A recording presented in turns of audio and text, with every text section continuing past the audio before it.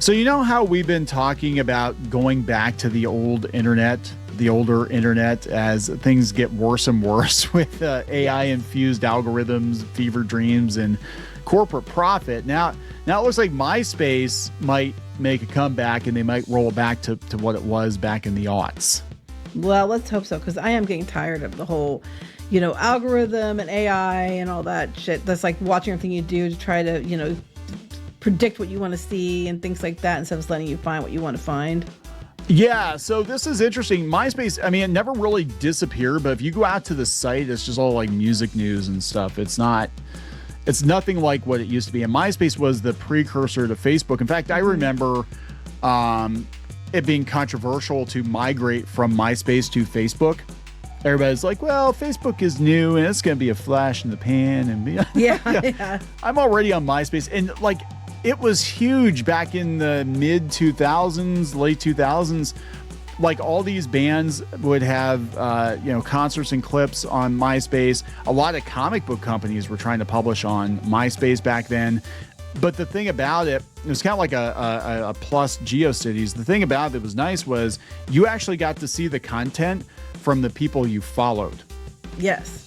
Right. And then Facebook did that originally. And then they're like, no, we're going to push the content we want you to see or the content that people pay for. If they go back to that, like I follow these people, I want to see what they have to say. And even Twitter is screwed up on that level. Well, we know YouTube has. Oh, YouTube definitely. Like it doesn't even matter. Thank you for subscribing, by the way. But if you subscribe to us, that doesn't mean you're always going to see our videos. That means, YouTube will take it. It raises your chance. But it raises your chance. It factors into the algorithm, but really YouTube is going to try to match you up with the content they think you're going to watch the longest so they get the most amount of ad revenue. That's what it's actually about. But if we could actually roll it back to, what it used to be, where it was like, yeah, you followed people because you wanted to hear what they had to say and you actually got notified, that would be pretty cool. Tom will be back. So we'll talk about this. Before we get into it any further, please subscribe for more pop culture news, views, and rants. Guys, you get woohoo if you do. Woo-hoo. Go out to iTunes, Spotify, iHeartRadio, Amazon Music, wherever you listen to podcasts. Look for Clownfish TV podcast. And maybe very soon there will be a Clownfish TV MySpace page. Just like it's 2008 all over again. Wouldn't that be something? Yeah, I feel old. Wasn't that long ago, was it?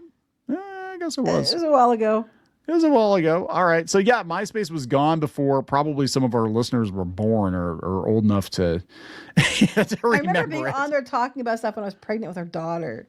Oh my God. Yeah, I guess it has been a while. And so this guy from Deserto, MySpace owners are going to keep relaunching the platform until it works again. It said the owners of MySpace are looking to bring the classic platform back and they're waiting for the right time to do it. Before X and Instagram, MySpace was the first social media platform to make it big. Founded in 2003, it was the first website of its kind to reach 1 million active users. How quaint. It reached 22 million just 2 years later. It's a site that holds a lot of nostalgia for those born in the late 80s and early 90s, as sharing music and reaching out to celebrities on the platform made up a core part of their childhood before it was overtaken by Facebook. Yeah, MySpace was the internet for a lot of people. And that's what we keep talking about. People are like, Google could never disappear. Facebook could never disappear. I'm like, there was a time when AOL was the internet for a lot of people. Yes. There was a time when MySpace in the 2000s, MySpace was the internet for a lot of people. And then Yahoo and stuff was there. Now it's a search engine, but it was like everybody went there. Like it was like Google before Google. Yeah. MySpace is technically still alive, but I didn't know this, but after a faulty server migration in 2019, all the data before 2016 was lost. Oh. And 2024 is placed in read-only mode. I knew that they pivoted to being like a music, because music was big on MySpace. A lot of bands would launch their albums and stuff on it. But I remember, I think I looked into it, and it was some music group, and then like Justin Timberlake bought into it, and then Ashton Kutcher was doing a lot of stuff with them. And people thought he owned it, and I thought he owned it, and it turned out he didn't own it. But they tried to turn it into like some music thing, and it just never worked. It's just kind of sitting there. The pilot light's on. It's not really doing anything. So the owners, Chris and Tim Vanderhook, are hoping to revive it for a new generation. We still own it. We're stewards of the MySpace brand, and we're going to relaunch MySpace. they said in a new documentary titled MySpace. Oh my God, the documentary about MySpace is called MySpace. Shared by people. We're just waiting for the right time. And if that one doesn't work, we'll do it again. I kind of look, you want to see a documentary now. Yeah, I didn't know there was a documentary about it. The two first took control of MySpace back in 2011 when it was on the decline due to the rise of Facebook. Their company's Specific Media Group managed to purchase it alongside pop star. Wait. Oh, okay. This reads weird. It sounds like they bought Justin Timberlake. Okay, Specific Media Group managed to purchase it alongside pop star Justin Timberlake for just $35 million, but things started to unravel. So Justin Timberlake did go in with it. Makes it sound like they bought Justin Timberlake as part of the deal. Yeah, we bought. Yeah, and we got Timberlake too. And then we sold them to Diddy, and everything went sideways from there. Anyway, we tried to modernize it, but it was a different company at that point. It wasn't the same MySpace. They estimated they lost $150 million in the deal. Damn. They didn't reveal any concrete dates or plans, but it sounds like they want to return the platform to what it was. Well, actually, there's another story. Thought Catalog. MySpace could be making a comeback with no algorithm, no endless scroll, and no feed built to keep you hooked. This says social network built to let you log off. That's the pitch behind a possible MySpace revival. So the owners of MySpace, they want to bring it back. So what they're trying to do is they're gonna make a social media network that doesn't try to keep you glued to it. There's no algorithm, no endless scroll, no feed built in to keep you hooked. So they're basically, you can use it and walk away because people are too engaged. And there's a definite trend with younger generations, especially, that they want to just walk away. Like it's too much. Yeah. It's too invested. Heck, even Coke, was it Coke you said that was trying to tell people to log off their devices? And yeah, so there's this big push now because I think they're starting to realize that people are tuning out from a lot of social media because it's too much. We're not designed to be bombarded with everybody's opinions all at once. People can't live. They can't live their life because they're too busy being glued to the internet. Coke they just had a new commercial trying to tell Gen Z to put the phones down and go to the dinner table, but drink your Coke. Make sure you remember Coke, right? But, go sit down, have dinner, whatever. We're seeing Gen Z, especially, kind of pushing back against this always having to be tethered to the internet. Kind of reminds me of the new Spider-Man movie where his senses develop and he just cannot handle all the sensory input, and we're not designed for that, right? MySpace was great because you could connect with people, but you also could, it wasn't on your phone. We didn't have it on our phones, so you could walk away from it, right? Your phone was your phone, and some people had better phones, but for the most part, your phone was your phone. You did MySpace on the computer, and then you went outside. You had life. And, everything now is designed to, make you angry. And, but yeah, what was the thing? It was for influencers to show people how to do things in the real world, and they had this big event. No, I don't know if that's what they were pushing. They did this OpenAI big deal where they had all these influencers come into this wildflower resort in New York at like $2,000-3,000 a night type situation, and then they had they demonstrated some of their new products, but a lot of the things were like, we're going to do beekeeping and we're going to learn farm to table cooking and things like that. And I'm like, but those are all things that AI can't do. Yeah, and that might be the point, to be like, hey, look, guys, we can't completely replace you yet, but hey, that place where we had this shindig, yeah, we're gonna tear it up and put a data center. Yeah, they didn't say that, but they're like, they're doing nature while you have it. They were doing this all this stuff that wasn't. Here's our new products, but we're gonna do all this humanizing, connection, real world stuff, and I'm like, but isn't that what you guys are trying to replace? Yeah. And that's why people are pissed at you. Or I'm sure that you got influencers there to be like, look, no, we're totally not getting rid of the real world yet. It's kind of like all the Disney, the nature attractions that were sponsored by Monsanto. Yeah. It's like, hey guys, farm fresh food brought to you by your friends at Monsanto. Look, I think there's definitely a market for this because I've said before there's a site out there. It's called NeoCities, which maybe I'll pull up. You haven't seen NeoCities? No, I haven't. Does it play on GeoCities? Yeah. Yeah. So let's I remember GeoCities. We're old. Yeah, but it's great. I actually spent some time on this. I did a paywalled video a couple months ago, but it feels like the old internet. And everything is very old school. Look at these GIFs or GIFs. So wait, is it a search engine? What is it?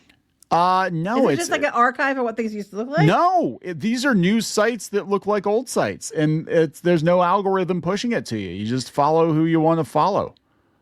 So they're building the sites on NeoCities. Yes, on NeoCities. So it's basically like the old sites, yeah, to make it look like the old sites and everything, old school graphics and even the resolution.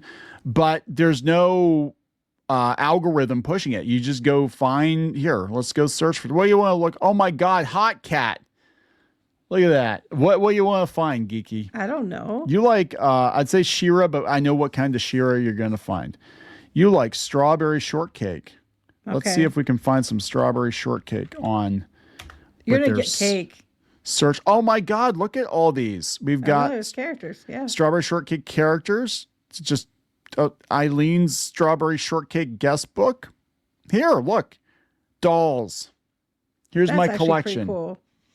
And this is like we're gonna party like it's 1998 here. The only problem about this is you don't make money on it. Like if you're putting blogs up and stuff, it's back to like just doing it for fun. Well, I think which a lot of people might want to do just for fun, like just for funsies. But because back then you weren't like what you weren't ad supported and all that stuff that we are now. So there is a drawback to it. I think that is where everything went sideways though. As soon as we started monetizing social media, because corporation took over, yeah. Right, because usually, how you monetize your web presence was you use that to lead people to something else. See, how they made money back in the day was you'd pay a subscription, like a monthly subscription to like the browser or whatever, to connect to the internet and then to use the stuff. So that the companies made money. And then it went from that to it was free to get on the internet, as long as you had internet. And then but those browsers became free, but then it was ad supported other ways that were monetized. So this person's collection looks like your collection. They've got lots of stuff. Well, they have a lot of stuff, but mine isn't. Mine's old ponies, and there's a couple old ponies. I have a couple new ones, but most of them are old ones, and I don't do that G3s that much anymore. And She-Ra, I have tons of She-Ra, tons of Gem. I have almost all of the Gem stuff I want. I have Rose Petal Place. I have Seaweeds. I have our daughter has a huge Star Shortcake collection. Oh yeah, she does. I have, what else do I have? Fig Booty. Pongo Critters. Do you have Fig Boot? I don't think you have Fig Boot. No, she does not have Fig Boot. Fig Boot's expensive. I think we looked at Fig Boot before. She does not have that one. Anyway, no one cares about this. We're talking about the internet. They're like, well, this is on the internet. That's why we're talking about it. Anyway, you can have beautiful things like this on the internet again. I mean, it'd be fun to go spend some time over there and just be like, okay, I'm done. Yeah, I love this. Sims. Forget Y2K, create your own chaos. That's great. Little banners. Oh my God, it's so loud and obnoxious. I love it. I remember all this. I remember it being like this. So everywhere. The company's putting like ads on there? Is that what's going on? No, I think they're fake ads. Oh, they're fake ads. Okay. Yeah. This is art. Featured art. This is what it used to be like. And then we have it was like that. A web ring. It was a lot harder to find things, guys, but yeah. Yeah. Spamazon. This is beautiful. Amazon. This is beautiful. This is what we need to go back to. No, I mean honestly, I think just a little more less chaotic than that, but that's what the internet used to be, guys. It was what it used to be. It was great though, because you felt like when you found something cool or you found a cool page, you felt like you accomplished something, and then you bookmarked that page. Remember bookmarks? Bookmarks, yes. And you'd be like, oh, I haven't visited. Like I was really big into retro gaming and emulation. Oh my God, can't say that. Nintendo's gonna come get me. But like, so I had like 100 different pages I'd go to, and I'm like, I wonder if they have a new version of SNES 9X out yet. I need to go check for that, because it wasn't pushed to me. And I think this is cool. I think we need to go back to the old internet. I think we need to find a happy medium, because the old internet wasn't exactly user friendly as much as a new internet is. Right. But less push, too much. Let people find things they want to find. Let them follow who they want to follow. And then if they subscribe to somebody or they follow somebody, for God's sake, show them the people they actually subscribe to, and don't try to push them to some corporate account or something. Mm-hmm. So anyway, we gotta wrap it up. Yep. Please subscribe. We'll talk later. Bye.